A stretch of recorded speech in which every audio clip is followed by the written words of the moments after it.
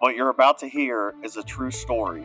It contains descriptions of real crimes and real consequences. Some details may be unsettling. Listener discretion is advised. While we strive for accuracy, some details may be disputed or incomplete. This podcast is for informational purposes only and is not intended to speculate or accuse any individual beyond what has been established in the public record. In the summer of 1977, the quiet town of Georgetown, Ohio, a 16-year-old girl vanished. A week later, 4 boys fishing along Straight Creek made a discovery so horrific, so unforgettable, that it would haunt the community for nearly half a century. Her name was Cheryl Fossyl. No one was ever criminally charged. Files went missing, evidence fragmented, but decades later, in a courtroom far from where she took her last breath, a family would claw their way towards a different kind of justice. This is the story of what happened to Cheryl and how the truth cried again and again to surface. You're listening to Unresolved and Unforgotten. We are your hosts, Balin And Jessica. And today we walk through every documented step of the Cheryl Fossyl case, from 1977 through the civil trial that changed everything. It was a different world. The year when Feels Like the First Time by Foreigner blasted across radios. Fleetwood Mac had us dreaming, and the Eagles were living in the fast lane. Kenny Rogers' Lucille was on every jukebox, and in theaters, audiences lined up for Rocky, King Kong, and a little sci-fi film called Star Wars. Jimmy Carter had just been sworn in as president after defeating Gerald Ford. Apple Computer was newly incorporated in a small California garage, and the world was still mourning the shocking death of Elvis Presley. It was against this backdrop, this mix of cultural highs and national heartbreak, that our story begins. Cheryl was a likable teen. She had huge dreams of making it into law enforcement one day. She attended Georgetown High School, and friends remembered her as, I quote, a quiet girl, not one involved in a lot of school activities. Cheryl was the youngest out of her other 5 siblings and extremely self-reliant. Cheryl was involved in lots of activities when it came to being outside of school. She was very social and knew most around her small town. She would volunteer at the fairgrounds, hospital, and always was available to watch other kids. No one would have thought that the worst of the worst would ever happen to sweet Cheryl. The day was Saturday, June 4th, 1977, the day Cheryl was last seen. Cheryl's mom reported her missing 6 days after. June 11th, 1977, around 8:30 p.m., 4 boys were fishing at Straight Creek. Kids doing what kids do in the summer heat, skipping stones, daring each other to jump in, searching for trout, but floating beside them was something else, something human. Cheryl had been decapitated. This wasn't an accident. This wasn't nature. Only a head would be found at this time. 17 days later, June 28th, 1977, at 4 p.m. in neighboring Adams County, a nude torso was found in a different spot. Authorities confirmed the unthinkable, that the torso belonged to Cheryl. Her vertebrae, clavicle, ribs, and other bones were never recovered. And so began one of Ohio's darkest mysteries. In June of 1977, newspapers released a sketch of a possible suspect. Witnesses stated that on June 4th, they saw Cheryl with a man who was described as tall, being close to 6 feet, Caucasian, young being around mid-20s, and having dark shoulder or collar-length hair. More witness accounts described him as wearing jeans and a red baseball cap with sunglasses on. There was a potential white convertible car seen with a black top as well, such as like a Thunderbird or Torino. A composite drawing was released of the potential suspect. At the time of this information being released to the public, the state fire marshal's office advised that arson had occurred at the courthouse in town that held all of the fossil evidence. Rumors flew from this as the town all thought the fire was connected to Cheryl's murder. Following this, an anonymous donation of $1,000 in reward money was posted. In July of 1977, a reward of $5,000 was offered to the public for information on what happened to Cheryl. It was after this time of June and July 1977 that things just stopped. From the late 1970s through the 1990s, the case stalled. No arrests, no charges. The years rolled on, investigators retired, statements faded, and the case file itself, according to later reporting, deteriorated to almost nothing. It was as if Cheryl's case was dissolving piece by piece, just like the evidence left behind. Then in November 2000, voters elected Sheriff Dwayne Winninger. He opened the fossil file and realized almost nothing was left.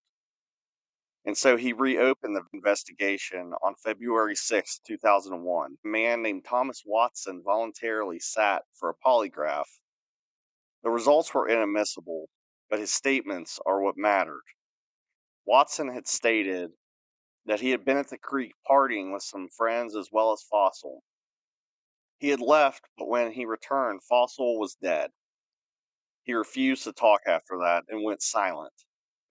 But that moment, his presence near Cheryl before she disappeared would become a pivotal point in the civil case years later.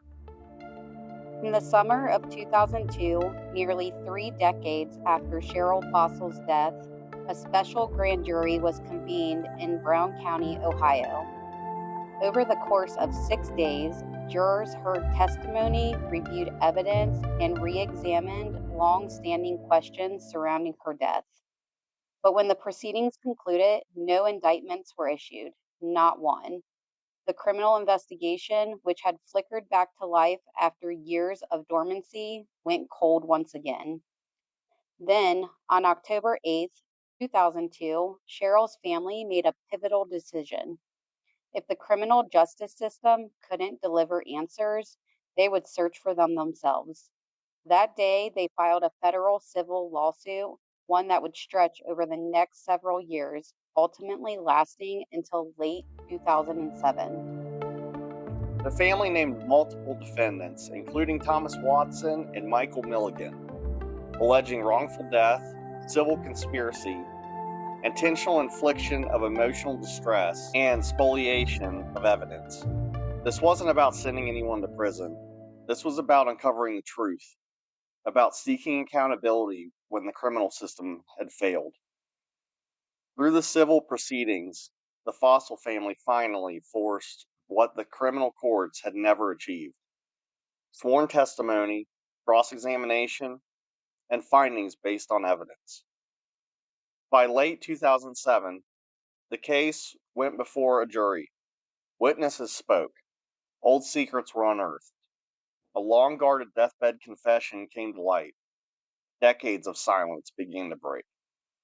When the verdict arrived, it was not a criminal conviction, but it was something powerful. A public declaration backed by evidence of who bore responsibility for Cheryl's death. The jury found in favor of the Fossyl family on multiple counts, including wrongful death, spoliation of evidence, civil conspiracy, and intentional infliction of emotional distress. The court awarded the family approximately $707,000 in compensatory and punitive damages, along with attorney fees, holding Watson and Milligan financially accountable for their roles in Cheryl's death and the pain her family endured. During trial, the plaintiffs argued that Cheryl was killed to prevent her from testifying against a man named Nick Singus, whom she had allegedly seen shoot another man inside a local bar. Singus later died of a drug overdose in 2003, according to the lawsuit. On the night Cheryl was killed, she went with Watson and Milligan to a local creek in a Jeep driven by Watson. Initially, the claim was that They only intended to scare her. But the suit alleged that the situation escalated. A witness testified that Cheryl's screams were heard as she was beaten at the scene. She was also believed to have died there.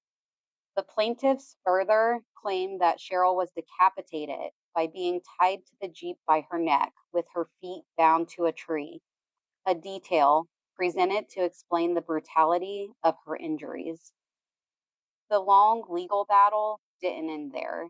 On March 18th, 2009, the Sixth Circuit Court of Appeals upheld the verdict, affirming the findings and bringing to a close one of the most persistent quests for justice in Brown County history. For Cheryl Fossyl's family, it wasn't the justice of a prison sentence, but it was, at last, the justice of truth. It's been nearly 5 decades since a 16-year-old girl disappeared from a small Ohio town. Her case remains criminally unsolved, but her name, her story, and her family's fight had never faded, and neither should our questions. What happened to Cheryl Fossyl that night at Straight Creek? Who else knew, and why, after all these years, has no one been held criminally accountable? Unfortunately, this brings our story of Cheryl to a close, as there's not a lot more public information on this case. However, we would like to discuss some of the public articles that we have found information. So before we actually recorded the podcast, I actually took a drive out to Georgetown, and I wanted to see the surrounding area of where everything took place myself. And I went out to Straight Creek, and the bridge that goes over top of Straight Creek is on Highway 68 that connects from Georgetown down to Ripley. And that bridge is extremely high. I think what I read about it was about 140 feet high. So that's a pretty good distance, especially if they, from what I read, supposedly threw her head out the window and down into the creek. It's pretty wide open. It's pretty wide area of a creek. So it's still kind of unsettling to me just how this all happened and how they just disposed of a human body just like it was nothing.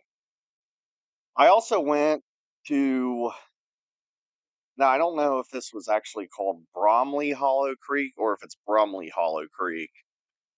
The news articles online gave it two different names. I looked it up. I couldn't find what the exact name was, and it's not on a map anymore that I could tell.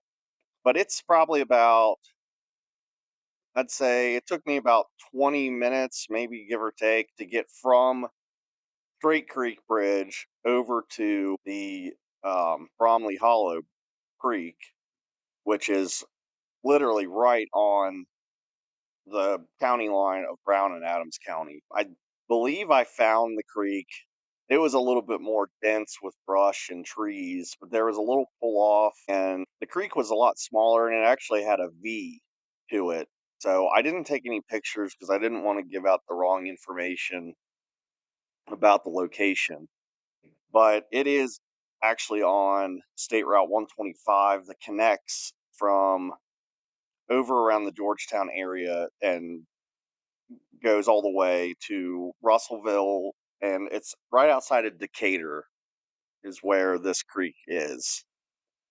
Another fact I thought that was kind of interesting and was worth mentioning was the two kids that discovered the body out in Bromley Hollow Creek.